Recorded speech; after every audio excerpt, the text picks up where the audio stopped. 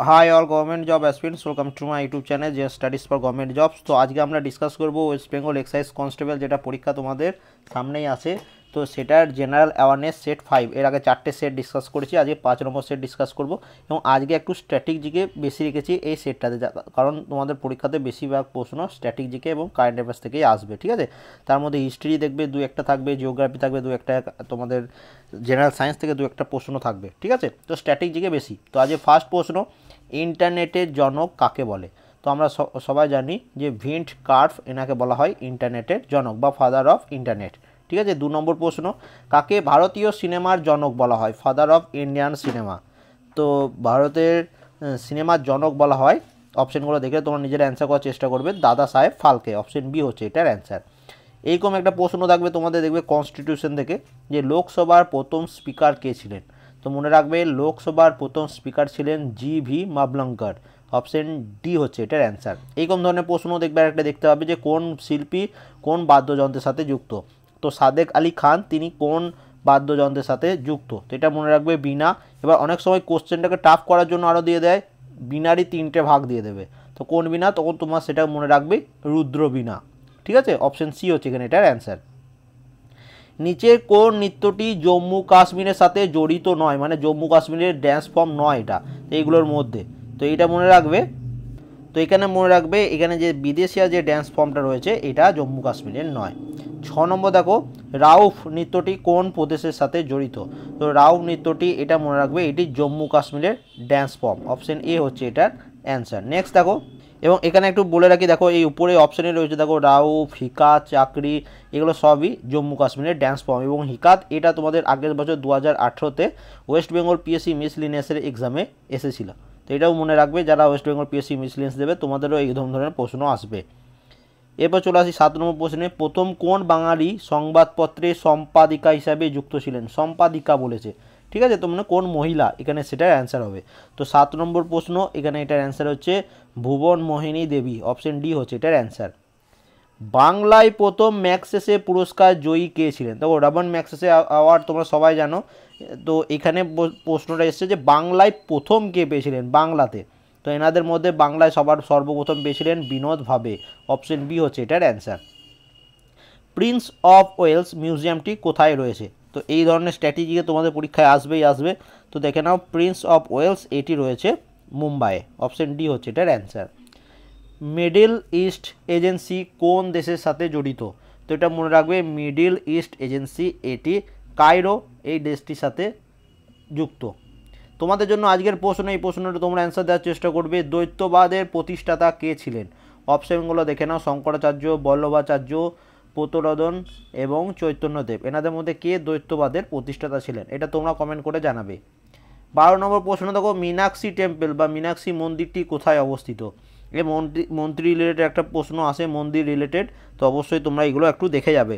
তো 12 নম্বর প্রশ্নের অ্যান্সার হচ্ছে তামিলনাড়ু। ঠিক আছে, এবার দেখো কী বলছে, নিচের কোন জোড়াটি সঠিক নয়? তো এখানে সেন্ট্রাল মিউজিয়াম মুম্বাই এইটা সঠিক নয়, বাকি সবগুলো ঠিক আছে। তো এগুলো তোমরা একটু দেখে নাও। এবার দেখো আমরা 14 নম্বর প্রশ্নে চলে আসি, কলম্বিয়ার পার্লামেন্টকে কি বলা হয়? তো কান্ট্রি কারেন্সি, ক্যাপিটাল এবং পার্লামেন্ট, এই 3টে জিনিস তোমাদের দেখতে হবে। তার মধ্যে বিভিন্ন কান্ট্রি এবং ক্যাপিটালের ভিডিও বানিয়ে দিয়েছি, স্ট্র্যাটেজিকের মধ্যে পেয়ে যাবে। কান্ট্রি অ্যান্ড কারেন্সি, সেখানকার মুদ্রা কী সেটারও ভিডিও বানিয়ে দিয়েছি, এবং কালকে তোমাদের 10টার মধ্যে আমি একটা ভিডিও দিয়ে দেবো, সেটা হচ্ছে কান্ট্রি অ্যান্ড সেখানকার পার্লামেন্টের নাম কী। তো এই ভিডিও কালকে আমি 10টার মধ্যে তোমাদের দিয়ে দেবো এই চ্যানেলে, তো দেখে নিও। তো এটা অ্যান্সার হচ্ছে কংগ্রেস বা দা কংগ্রেস বলে অনেক সময় অপশন থাকে। লিরা কোথাকার মুদ্রা? তো তোমরা এটা সবাই পারবে, অনেকবার পড়িয়েছি। তো লিরা এটি কোথাকার মুদ্রা? তো লিরা হচ্ছে ইটালি। অপশন বি হচ্ছে এটার অ্যান্সার। নেক্সট, ভেনেজুয়েলার রাজধানী হলো কোনটি? তো ভেনেজুয়েলা এর রাজধানী হচ্ছে কারাকাস হবে, এটা কয়াকার হবে। ঠিক আছে, তো কারাকাস, অপশন বি হচ্ছে এটার অ্যান্সার। সুইজারল্যান্ডের মুদ্রাকে কি বলা হয়, বা সুইজারল্যান্ডের মুদ্রার নাম কি? তো কান্ট্রি অ্যান্ড কারেন্সির মধ্যে ভিডিওটাতে পেয়ে যাবে এটা। তো সুইজারল্যান্ডের কারেন্সি হচ্ছে সুইস ফ্রাঁ ঠিক আছে, সুইস ফ্রাঁ।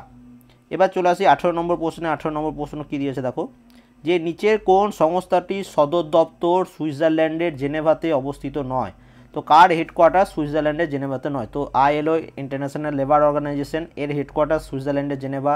ওয়ার্ল্ড হেলথ অর্গানাইজেশন এরও হেডকোয়ার্টার হচ্ছে সুইজারল্যান্ডের জেনেভা, কিন্তু ইউনিসেফের হেডকোয়ার্টার সুইজারল্যান্ড নয়, ইউনিসেফের হেডকোয়ার্টার হচ্ছে নিউ ইয়র্ক। তো এটা একটু মনে রাখবে। 19 নম্বর প্রশ্ন দেখো, কেরালায় কোন জাতীয় পক্ষী নিবাসটি রয়েছে? তো কেরালাতে রয়েছে, অপশানগুলো দেখলে তোমরা অ্যান্সার করতে পারবে, এটা হচ্ছে পেরিয়ার পক্ষী নিবাস রয়েছে কেরালাতে। বান্দিপুর ন্যাশনাল পার্ক এটা হচ্ছে কর্ণাটক। মানস ন্যাশনাল পার্ক এটা তোমার আসামে পেয়ে যাবে।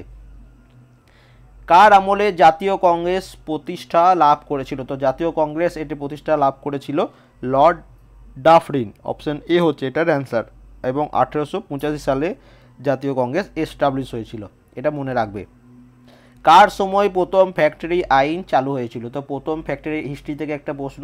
তো কার সময় প্রথম ফ্যাক্টরি আইন চালু হয়েছিল? এটা চালু হয়েছিল লর্ড রিপনের সময়। এবার কিছু কারেন্ট অ্যাফেয়ার্স তোমাদের জন্য, এটাকে কমেন্ট করতে পারে দেখব। রঞ্জি ট্রফি 2019 কোন দল জিতেছে? তো তোমরা সবাই জানো যে রঞ্জি ট্রফি, এই স্পোর্টস রিলেটেড কারেন্ট অ্যাফেয়ার্সই দেখবে তোমাদের পরীক্ষায় বেশি আসবে।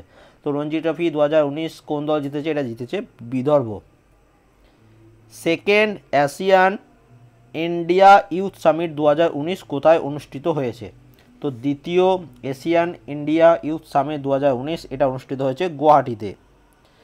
ইন্টারন্যাশনাল গান্ধী পিস প্রাইজ 2018 কাকে দেওয়া হয়েছে? তো লাস্ট দেওয়া হয়েছে 2018 পরে আর দেওয়া হয়নি, ঠিক আছে? তো এটা মনে রাখবে। তো 2019 যত সম্ভব অ্যাওয়ার্ডটা দেওয়া হয়, কিন্তু ঘোষণা হয়েছিল 2018-তে। তো এটা অ্যান্সার হচ্ছে ইয়োহি সাসাকাওয়া, অপশন ডি হচ্ছে এটার অ্যান্সার, অনেকবার পরীক্ষায় এসছে। 25 নম্বর প্রশ্ন দেখো, 72তম BAFTA Filmfare award for best picture এটি কে জিতেছে? কোন সিনেমাটি?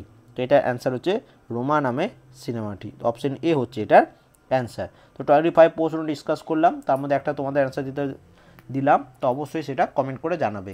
এবং এটার পিডিএফ টেলিগ্রাম চ্যানেলে আমি কালকের মধ্যে সবগুলো পিডিএফ একসাথে আপলোড করে দেবো কালকের মধ্যে, ঠিক আছে?